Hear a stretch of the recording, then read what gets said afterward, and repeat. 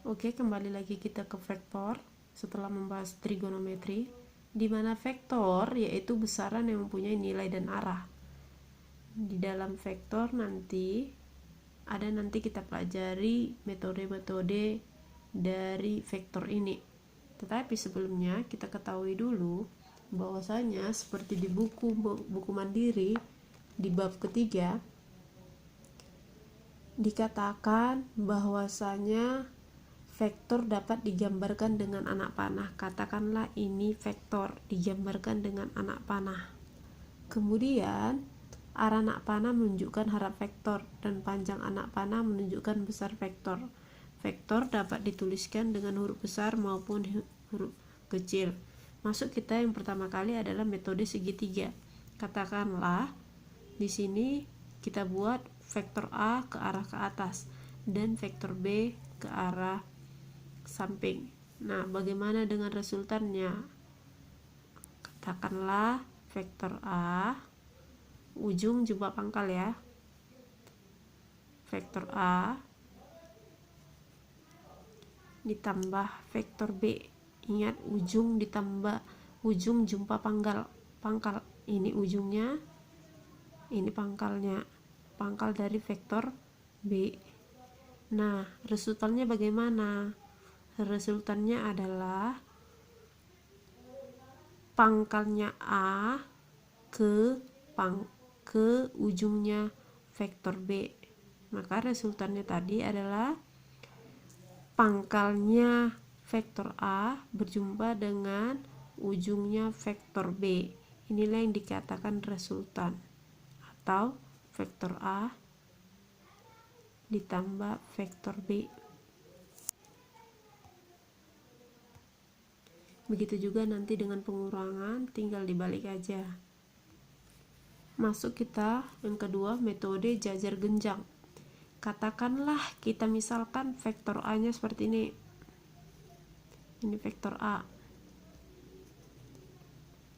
Kemudian vektor B seperti ini.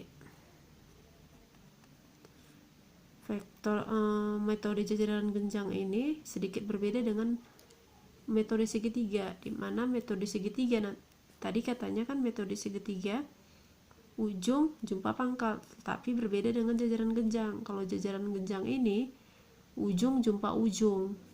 Nah, kalau kita gambarkan vektor A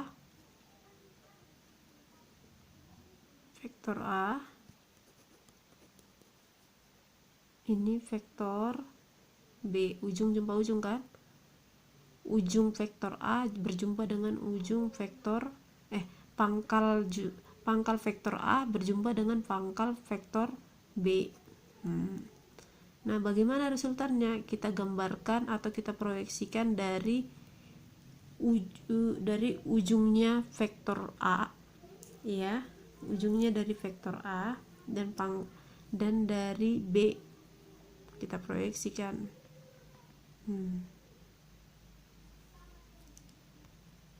Maka resultannya adalah pangkal yang berjumpa pada pangkal garis putus-putus atau proyeksi dari kedua vektor ini.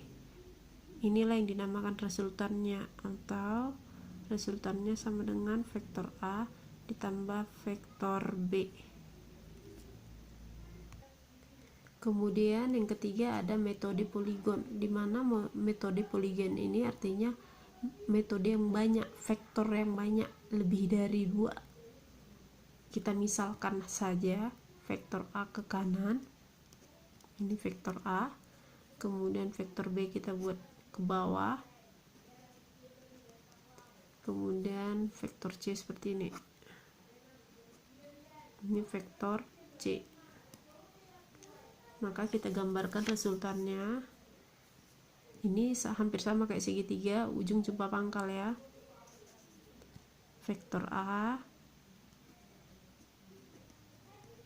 jumpa vektor B, vektor B, maka vektor C nya kemana? Ke sini, kan bentuknya seperti ini vektor C. Vektor C. Maka kita tarik resultannya.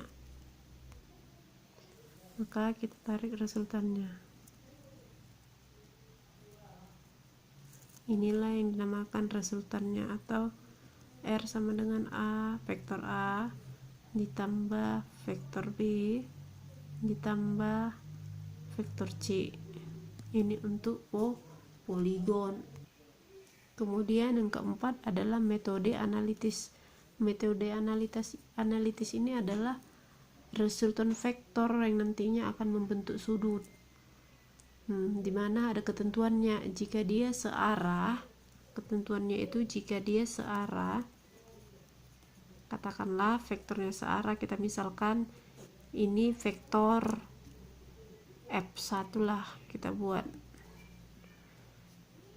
terus ini vektor F2, maka resultannya adalah F1 tambah F2. Ini jika searah. Bagaimana jika berlawanan arah? Berlawanan arah. Jika dia berlawanan arah, katakanlah F1 nya ke kanan, kemudian vektor F2 nya ke kiri, maka resultannya adalah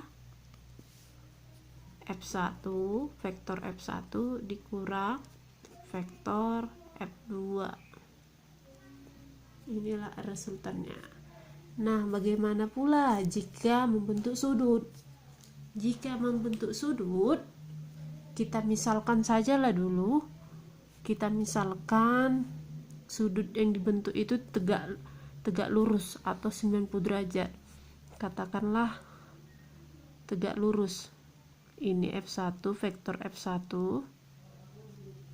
Kemudian ini vektor F2. Sehingga membentuk sudut 90 derajat. Di mana resultannya? Resultannya di sini. Sehingga resultannya sama dengan akar dari F1 ditambah F2. Ini jika dia tegak lurus. Bagaimana dia membentuk sudut? Jika membentuk sudut,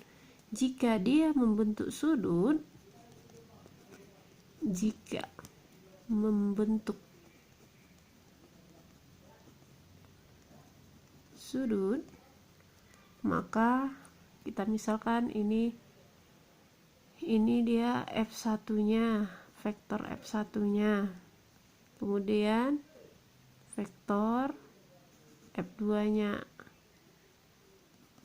dimana membentuk sudut sebesar alfa. Oke.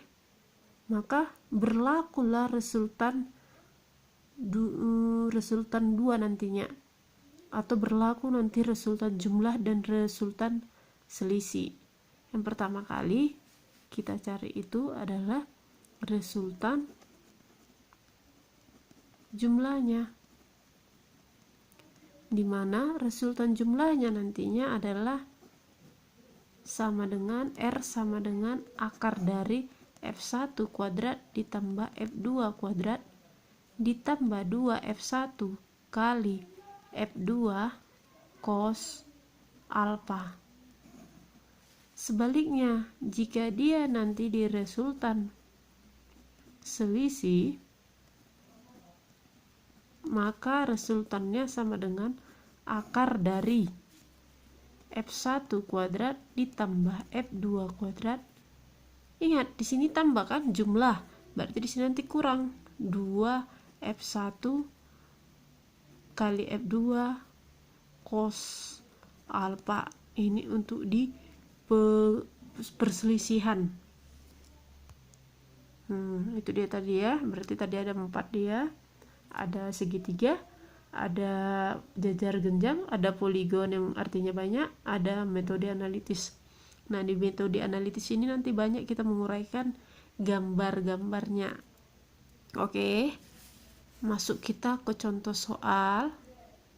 Untuk ini sampai di sini dulu.